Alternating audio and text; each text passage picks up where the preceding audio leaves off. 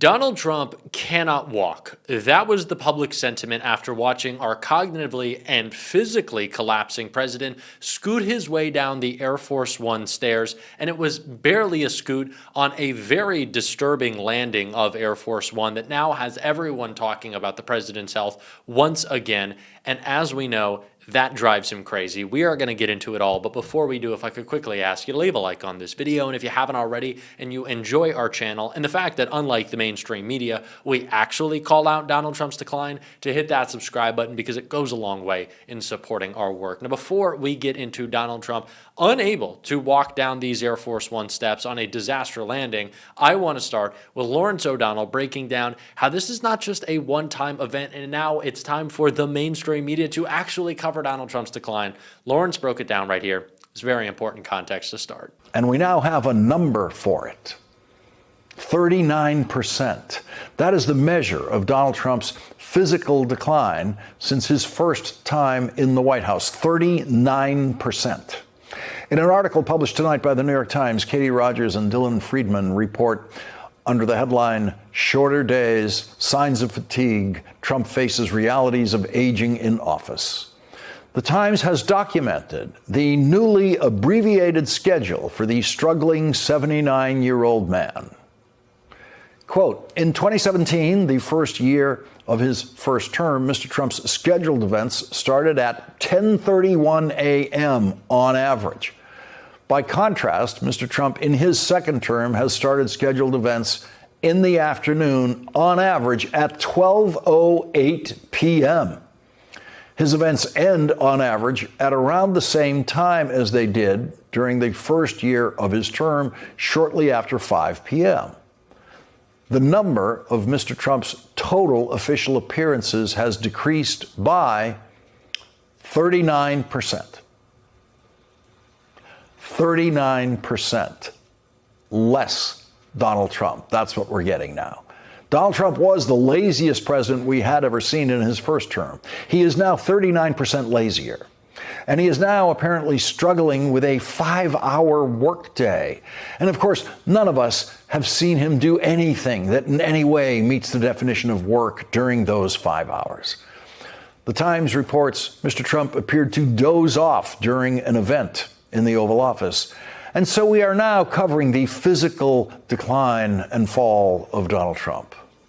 Last night, I mentioned Donald Trump's age a couple of times when I pointed out that you can see the 79-year-old man who gets very little sleep bewildered about how he is losing his grip on the Republican Party. And there are people who are in full-blown dementia in their early 60s. We all age differently, and Donald Trump is aging just fine for someone who should be watching TV all day and playing golf occasionally, but he's aging terribly for a president. But Donald Trump at his best age would have been the stupidest president and most incompetent president in history and the most corrupt. A younger Donald Trump is not a better Donald Trump. Everybody should be talking about this. I think that if Carolyn Levitt, as we will see in just a second, is freaking out and trying to cover something up, that is all the authorization you need to cover an issue even more. If Carolyn Levitt is saying, look over there, all is fine in the White House, but please stop, do not talk about this, the mainstream media should feel emboldened rather than scared to talk about an issue. It's the same thing with the Epstein files, and every prediction that we have had about Donald Trump's cover-up has come true. Why would the same not be true of his health? Why would our predictions that there is some level of cognitive decline, it's very obvious, maybe it's dementia, maybe it's a medication that they're hiding from us, why would that not fall in line with the predictions that we've made about the Epstein files? Again, just listen to Herc Panic, and it's all you need to know of why we should be talking about this more. Scott, thank you. The president's been spotted out and about a number of times with bandages on his hands. Could you please explain what that is about? Secondly, he noted on Truth Social the other day that he had aced 3 cognitive tests. Could you please clarify when those tests took place? I can do that at a later date. I obviously don't have that in front of me. The president has spoken about that.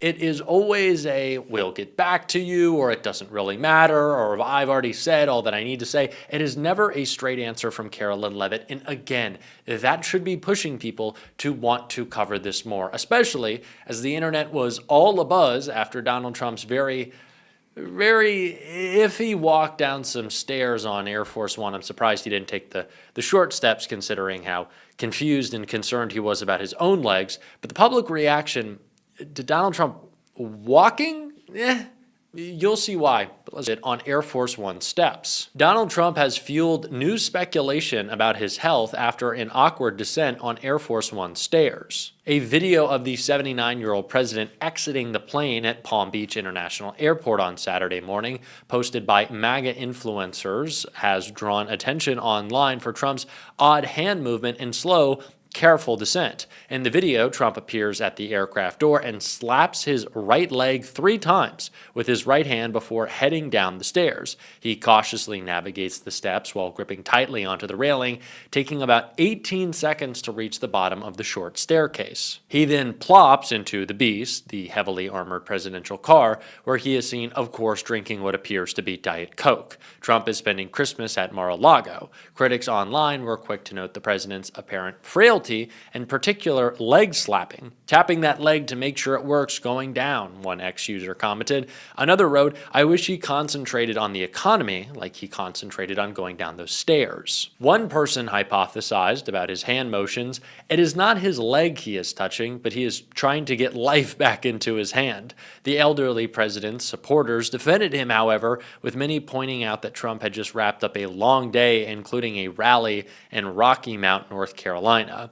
Trump, who was filmed stumbling on Air Force One stairs during a visit to New Jersey in June this year, has frequently spoken about being very careful about walking down stairs to avoid the perils of his predecessor, Joe Biden. So, yeah, as you can see, this was a slow descent. You see the hitting of the leg. You see Trump just wobbling and just like kind of bracing himself, unsure. This is not a very strong man, no matter what he wants you to say or believe or to think, or what he tells Carolyn Levitt to go out there and spew every day. But this image, I think, is more important than just the fun that we're having.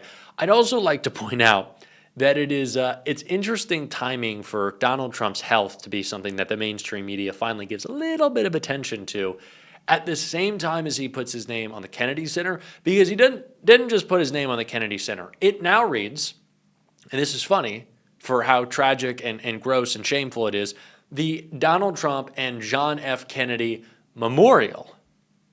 So Trump, his name, shortly after, Memorial. I'm going to be honest, guys, don't like his name on the Kennedy Center. I love that connection. I think maybe Memorial, Trump, past tense, not horrible. I don't hate that idea. Keep having those Diet Cokes. Maybe switch to regular Coke. Is there a version of Coke where it's more fat and more like artery clogging? I probably shouldn't say that. I go through about 2 cans of Coke a day, and I have kidney stones chronically. So maybe I should look at my own health. Maybe I should revisit that as I'm clutching my right flank. I should think about myself, but I don't hate that. I don't hate the idea. I think it sounds pretty good. This is obviously a man who is very weak, though. And he is not just weak physically, he is weak politically. I think it's something that we should, as Democrats, and someone who talks about progressive politics all day, really play into. Donald Trump isn't just breaking his promises. He's not just unable to govern. He can't govern himself. It's like the Republican Party right now. Mike Johnson saying, I haven't lost control of the House. One of the greatest admissions possible that you have lost control of the House is, again, the nail in the coffin of what we have seen for 4 years almost of this MAGA Congress. These people cannot govern themselves. They should not be in charge of anything. They don't know how to run government. They don't care to run government. They don't actually like it. That's what's so important. They love being the victims. They love, railing against the elites and the people in charge. They don't want the job. Donald Trump wants to play the victim. He wants to complain that everyone's after him. That is honestly all that he wants. So let's give it to him. Let's give him the minority. Let's get him out of the White House. Then he can really complain. I think that sounds like a perfect agreement. But that picture of weakness, I think, is something that we should really distill into a lot of our messaging, that Donald Trump is not only not going to get stuff done for you because he doesn't care and he's too busy focused on, the corruption or the planes or making sure Netanyahu is taken care of, as, we saw Don't even get me started on Miriam Adelson, who already wrote Donald Trump a multi-$100 million check for the last election, bribing him for an illegal third term, saying, hey, we'll cut you another $250 million. Israeli saying like, oh, we'll tamper in your election. Great. Don't love that. But I think we should talk about how Trump isn't just focused on himself, but he literally isn't strong enough to get anything done. He's getting steamrolled. He's getting played. His own party is falling apart. This is imagery and numbers, in fact, that are undeniable. I think Chris Hayes did a great job of breaking it down right here. Trump's political support and control over the Republican Party are eroding before our eyes. A new AP poll today has his approval rating at 36%, which matches what Gallup found last month. And when you start seeing approval ratings that start with the number 3, that is when things get very, very dire politically. That is usually the line at which panic starts to set in a little bit with your co-partisans. Now, for the record, that 36% is only 2 points higher than Trump's approval after January 6, 2021. So the president is clearly desperate to change the narrative, and he's taking the airwaves to cajole us all into not believing our lying eyes when it comes to, well, chiefly the cost of living.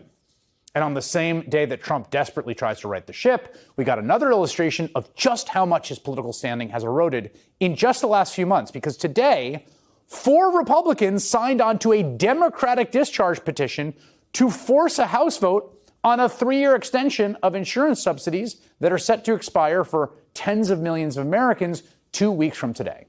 And they did so in explicit defiance of both Republican Speaker of the House Mike Johnson and Donald Trump, who ultimately wields the power of the speakership functionally. Now, this has become something of an emerging pattern. You'll remember last month, Republicans joined with Democrats to force an ultimately successful vote to repeal a Trump executive order that tried to bust collective bargaining rights for some federal workers. That was a big deal. And of course, before that, there was the very notable discharge petition to force a vote on releasing the Epstein files, which Trump and Johnson lobbied aggressively against, right? Remember, they called Lauren Boebert into the Situation Room to turn the screws to no avail. It is undeniable. It is a man in cognitive and physical decline, in political decline. He is completely falling apart. You know we're going to talk about it every single day on this show. I suggest that Democrats do, not only because I think it's good messaging, but also it's fun. It's fun to talk about it. And so we're going to on this show. If you want to support that, as always, you can hit that subscribe button, leave a like on this video. If you stuck around to the end, drop a blue heart in the comments. Happy holidays, y'all. Keep on fighting. Don't let them silence you. And until next time, I'll see you soon.